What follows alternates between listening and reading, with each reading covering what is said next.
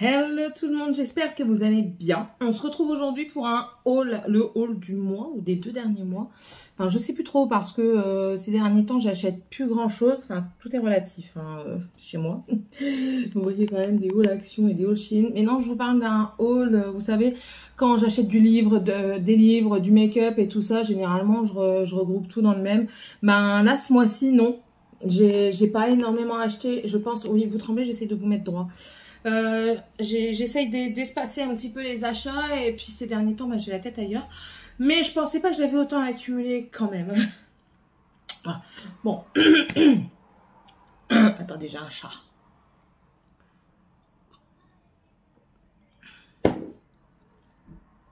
Le chat est passé. Bon, c'est parti.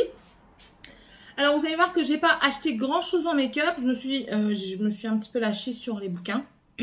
Après, c'est tout par rapport à Vinted. J'utilise ma cagnotte, donc c'est des sous que j'ai, mais pas vraiment. Enfin bref, vous comprenez.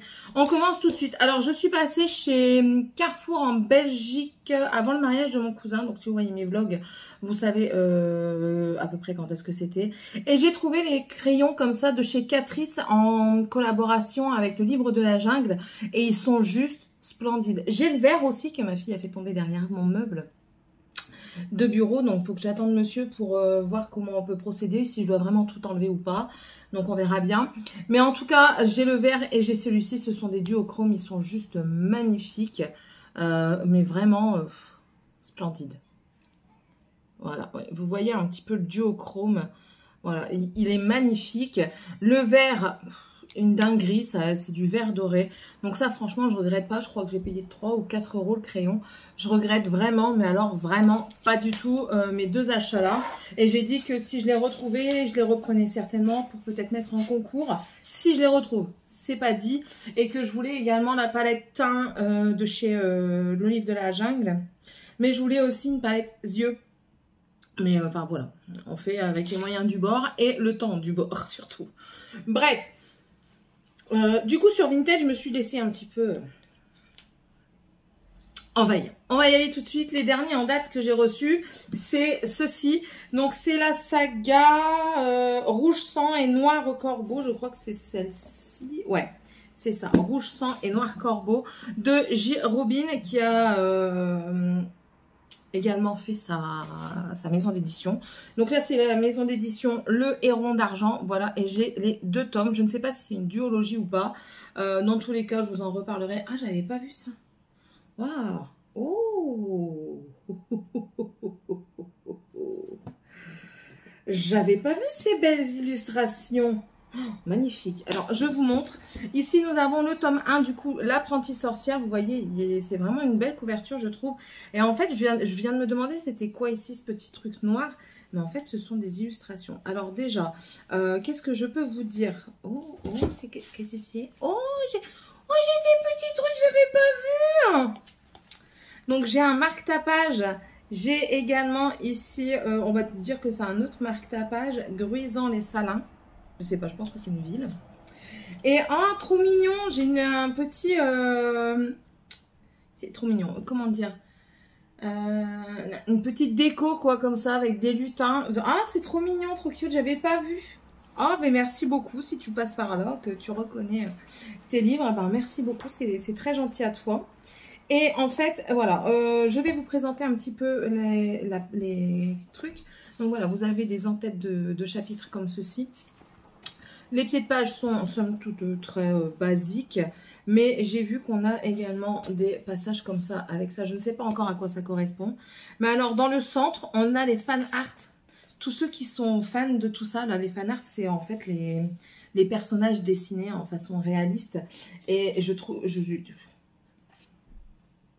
Je vous laisse admirer. Franchement, ils sont juste magnifiques. Je pense que c'est détachable. Ça doit être détachable. Je ne vais pas y toucher. Oh. Elle est magnifique, la Santa Muerte. Je ne vais pas les détacher, je ne pense pas. Non, c'est pas détachable. Mais franchement, juste très, très, très, très beau. Je suis espantée. Je m'entraîne pour aller dans le sud, d'accord? Et là, nous avons du coup le tome 2, c'est la Santa Muerte. Voilà, celle-ci. Oh là là. Attendez, je regarde du coup s'il n'y a pas... Tableau et tirage avec... Vous adorez l'illustration, commander les tableaux de visuel. Ah, on peut commander les tableaux. Intéressant, intéressant. Intéressant. Ça m'intéresse. Bon, après, la mise en page, c'est à peu près la même chose. Donc là, je vais vous présenter les fan art quand même. Donc, ici... Oh là là. Je ne veux pas voir les noms pour pas me spoiler un petit peu l'histoire, mais... Oh là là là là, c'est trop beau. J'adore. Moi, à la base, j'étais pas fan de tout ça. Et au fur et à mesure de mes lectures, je commence à l'être. Voilà, alors si vous voulez savoir l'histoire, ben, je vous mets le tome 1 en synopsis. Voilà. Vous mettez pause. Hein. Vous connaissez un petit peu la chanson maintenant. Donc ça, c'était mes premiers achats. Du coup, tout ça, je remets dedans. Parce que j'aime bien, quand j'ouvre le livre, avoir les cadeaux avec lesquels j'ai eu. Ouais, je sais, c'est bidon, mais c'est comme ça. Donc ça, c'était les premiers que je vais mettre ouz. Un ouz, c'est un 1 et un ouz. Enfin bref. Ensuite, on a celui-ci qui est sorti il n'y a pas si longtemps que ça. C'est Une magie teintée de poison de Judy E. Lin. Je ne sais plus de quoi ça parle. Écoutez, en ce moment, j'oublie beaucoup de choses, donc ne m'en veuillez pas. J'ai vu par contre que Madame Errance, de la chaîne Madame Errance, enfin, c'est pas son nom, Madame Errance, c'est comment? Je ne sais plus. Je reviendrai dessus plus tard. Elle n'a pas été trop emballée par la lecture. Bon, c'est pas grave, je vais me faire ma petite opinion. La première de couverture m'intéressait vachement parce que les carpes koi, ce style un petit peu asiatique comme ça qui semble pas mal du tout. Et on voit vraiment la symbolique de la carpe koi ici. Vous l'avez aussi dans les cheveux. Enfin voilà, je trouve qu'elle est bien représentée. La première de couverture m'intéressait bien. Je vous laisse lire le synopsis si ça vous intéresse. Voilà. Ça, c'était le deuxième. Enfin, le troisième, si on veut. Et je crois que j'ai acheté les trois en même temps. Je crois. Ah, il n'y a pas que du Vinted. C'est vrai, j'avais oublié que j'avais acheté aussi en magasin. Bref. Je me suis également procuré La fille du roi pirate de Tricia Levenseller. Tricia Levenseller, j'ai lu d'elle... comment tu s'appelles ? La Reine des Ombres, voilà, que j'ai beaucoup aimé. Donc voilà, je me faisais une joie de vouloir m'acquérir celui-ci. C'est aux éditions Stardust. Hein. Les autres, je ne vous ai pas dit. Bah si, le premier, oui, mais ici, c'est aussi les éditions Stardust. Donc voilà, La fille du roi pirate. Tricia Levenseller, c'est une autrice qui n'est pas aimée de tout le monde parce que les gens trouvent qu'elle n'est pas assez constante dans ses bouquins. Écoutez, ce sera seulement le deuxième que je lis. Donc voilà, la première de couverture est pas mal. On a un jaspage ici qui est, somme toute, très simple, mais qui fait un petit peu son effet quand vous le mettez dans la bibliothèque, hein, franchement. Donc voilà. Et puis, ben, voilà, je vais vous le montrer, le synopsis, si ça vous intéresse. Hop. Ensuite, en fait, j'avais acheté tout ça par rapport à un challenge. Et vu que j'ai été pris dans la formation, ben... j'ai mis de côté le challenge, hein, je me suis concentrée sur, bien sûr, le plus important. Donc voilà. Là, j'ai les 12 d'Astar, le tome 1, La vengeance de Adam. C'est aux éditions Nathan et c'est de Jordan Ifueko. Voilà. La jaquette est très très jolie également. Alors ça, je me souviens un petit peu. C'est un empereur qui doit prendre une femme...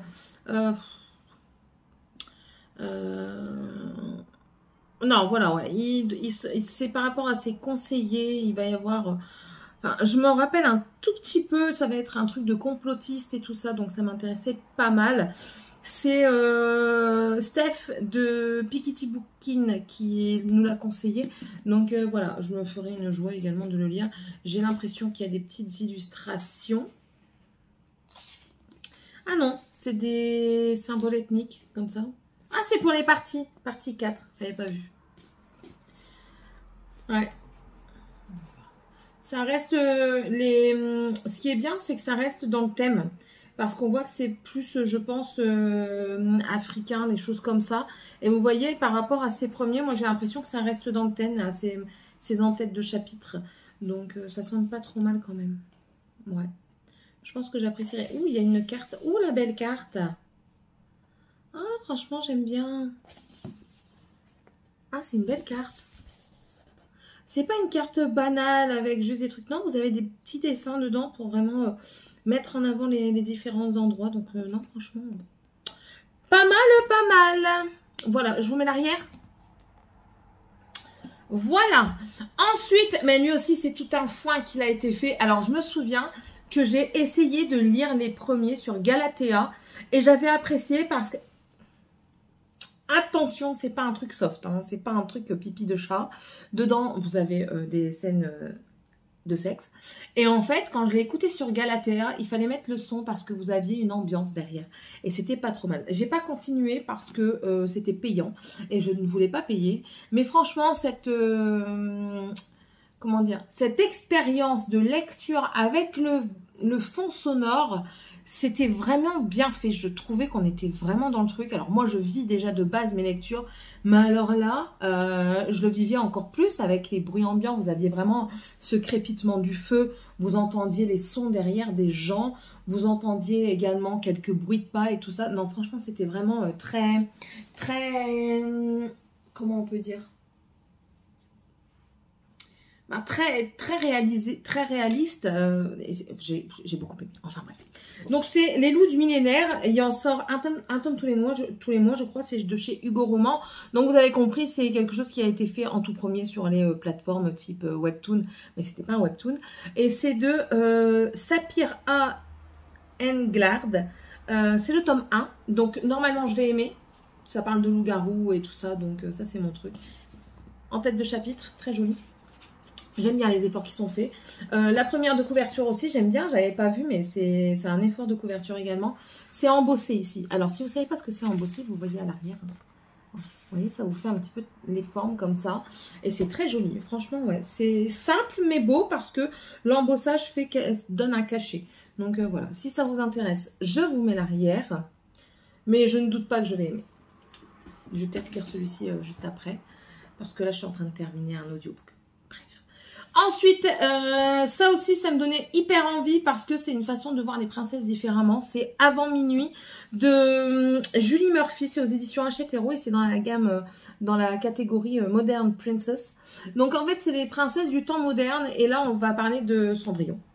Avant minuit. Et en fait, voilà, vous voyez, les princesses ne sont pas filiformes, elles ne donnent pas cet aspect de la femme qui est vraiment catégorisée, ne doit pas dépasser une certaine taille, un certain poids, une certaine circonférence, on va dire. Non, voilà, elle est comme voilà, elle est un petit peu comme moi, on va dire, avec du poids, avec du gras, faut le dire ce qui est. Et voilà, ça donne envie, je trouve. C'est pas le premier qui... Si, ça c'est le premier, mais il y en a encore un autre que je veux me procurer. Et je vais me faire un plaisir, mais vraiment un plaisir de le lire parce que je trouve cette façon d'aborder les princesses avec une autre forme de corps, ben, c'est très intéressant. Et c'est très inclusif parce que, ben voilà quoi, toutes les femmes ne sont pas faites dans le même moule et on ne fait pas tous un taille S ou un taille 38 ou même un taille 40. Hein. La taille 46-48 existe, même au-delà, j'ai envie de dire. Donc voilà, donc elles ne sont pas pour moi moins aimantes et moins à aimer. Et voilà. Donc ça me donnait vachement envie et je trouve très bien que les éditions Hachette Heroes fassent ça parce que je crois qu'ils sont en collaboration étroite avec Disney hein, de toute façon. L'arrière. Voilà, je pense que c'est tout ce que j'avais commandé sur... ah non, sur Vinted, non. Parce que j'en ai encore un ici. C'est Yeni. Donc c'est pareil, on reste un petit peu dans les ethnies africaines. Et j'avais trouvé ça grâce à Steph de la chaîne Pikiti Bookin. De toute façon, j'essaierai de vous mettre en petit i hein, les chaînes dont je vous parle. Et c'est Yeni, la promise du dragon. Alors moi j'ai vu le dragon, c'est tellement mon truc. Et c'est de Nandi Taylor et c'est aux éditions Hachette Roman. D'après ce que je vois, c'est une histoire Wattpad. Donc voilà, je ne sais plus trop de quoi ça parle non plus. Mais si je l'ai acheté, c'est que ça doit être intéressant. Donc voilà, très pas mal. Très pas mal. On est d'accord? Voilà, c'est tout. Il n'y a pas de carte. Oh, ça c'est joli. J'aime bien les petits effets, les petits efforts comme ça qui sont faits sur la présentation de la couverture. Parce que c'est vraiment, maintenant les livres... Si vous êtes dans la Booksphère, on voit vraiment une amélioration de la jaquette des livres et on voit vraiment que c'est un objet de décoration en part entière. Voilà. Donc voilà. Hop, synopsis. Et les deux derniers que je vais vous présenter, c'est des que j'ai achetés au magasin quand même. Et c'est l'Empire des femmes. Voilà, l'Empire des femmes, Sapientia. Elles dominent, ils sont esclaves, la révolte est en marche. C'est de Cassandre Lambert et c'est aux éditions Didier Jeunesse. Je ne connaissais pas du tout ces éditions. Ça m'a interpellée parce que on parle des femmes, voilà, qui dirigent et les hommes servent. Pour une fois, les rôles sont inversés, j'ai envie de dire. Et voilà. Après, ils disent grand tournoi annuel des gladiateurs, les jeunes filles attendent, ok. Il faut choisir son favori, ok. Et les hommes n'ont qu'une identité, ok. Survivre n'est que le début d'une mission, ouais, ok. Ouais, j'avais vu des avis, je crois, parce que au départ, je l'avais vu dans le magasin et j'avais dit, tiens, personne n'en a parlé. Empire des femmes, ça a l'air assez basé, centré sur la femme en tant que telle. C'est un peu elle qui va avoir comment on va dire, le pouvoir. Donc, ça m'étonne que je n'ai entendu personne en parler sur la Booksphere. Donc, j'ai été passer ma curiosité sur Booknode. Et en fait, j'ai vu des avis, somme toute, très intéressants. Donc, je me suis dit, allez, vas-y, laisse-toi tenter. Et pour finir, après, j'ai vu justement Steph de Piketty Booking qui l'a partagé. Et je me souviens plus de ce qu'elle avait dit. Oh là là. Et moi, ça me perturbe, cette formation. J'en ai trop dans la tête. Je vous mets le synopsis. Il est très vaste en fait. On comprend que les femmes dirigent le monde, les hommes le servent, qu'il va y avoir un enjeu avec un homme et une femme parce qu'elle doit choisir son favori. Mais voilà, sans plus. Il n'y a vraiment rien de concret dans ce synopsis. Et ça, c'est pas mal quand même parce que du coup, ça vous laisse... parce que certains synopsis sont vraiment révélateurs de ce qu'il y a. Et tandis que là, il n'est pas du tout révélateur. Et ça, j'aime bien. Et ensuite, une saga qui fait un foin... monstrueux. Il a été désigné par Nina Quill comme Accotard de Lidl. Et j'ai dit allez, c'est parti. Et pour finir, je vois beaucoup de monde qui l'aime beaucoup. Ça prend vraiment une proportion incroyable. Là, je vois qu'il y a un tome qui sort l'année prochaine aussi, ou en décembre. C'est Goren, je crois. Ouais, ils sortent pas tous au même rythme. Enfin bref. Donc c'est Guild. Alors c'est la saga d'Oren. C'est le tome 1, donc c'est Guild, et c'est de Raven Kennedy aux éditions Hugo Roman. Et ils ont fait, vous avez vu, un nouveau truc, c'est la roman de Tessie, hein, donc voilà.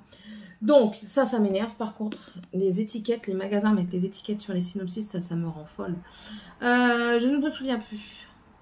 Je vais juste vous lire ça, et puis après, je vous laisserai lire le synopsis, vous n'aurez qu'à faire pause. Laure, à Aigbel, dans le château érigé au cœur des montagnes gelées, tout est en or, murs, mobilier, vaisselle, vêtements et même moi. Ok. Écoutez, attendez, je vais mettre pause, je vais essayer d'enlever l'étiquette, comme ça je vous mets le synopsis complet. Voilà, donc j'y suis. C'est un phénomène TikTok et ils disent le mythe du roi Midas revisité dans une saga addictive. Ça a l'air pas trop mal. Donc voici le synopsis pour celui que ça intéresse. Bon, et puis c'est tout, un petit peu. Bah, c'est déjà pas mal, j'ai envie de vous dire, en lecture. Ma bibliothèque commence à se remplir un peu, beaucoup quand même. Au grand désespoir de mon mari. Il en peut plus de toutes mes addictions. Enfin, addiction, entre guillemets, hein, de toutes mes passions. Voilà, il n'en peut plus, on commence à plus avoir de place. Et dire qu'on doit déménager, ça va être compliqué à tout déménager. Bon allez, sur ce, j'espère que cette petite vidéo vous aura plu. N'hésitez pas à me mettre un petit pouce en l'air, un petit commentaire si vous savez pas quoi. L'emoji de la chaîne, c'est l'arc-en-ciel, auquel je vous réponds avec des soleils. Ça nous met un petit peu de baume au cœur dans ce monde de brut. Voilà, et puis n'hésitez pas à vous abonner si c'est toujours pas fait, ça me fait plaisir. Ça nous fait grandir. Et dites-moi un petit peu ce qui vous intéresserait comme vidéo, parce que moi je fais à mon feeling à moi. Mais si je peux aussi faire à votre feeling à vous, ça peut être tout aussi bien. Et puis peut-être que vous allez me faire découvrir certaines choses. J'en ai pas déjà assez dans mes passions. Hein. On sait jamais si vous m'en donnez encore plus. Mon mari ne m'aimera pas. Bon, je vous laisse et on se retrouve dans une prochaine vidéo.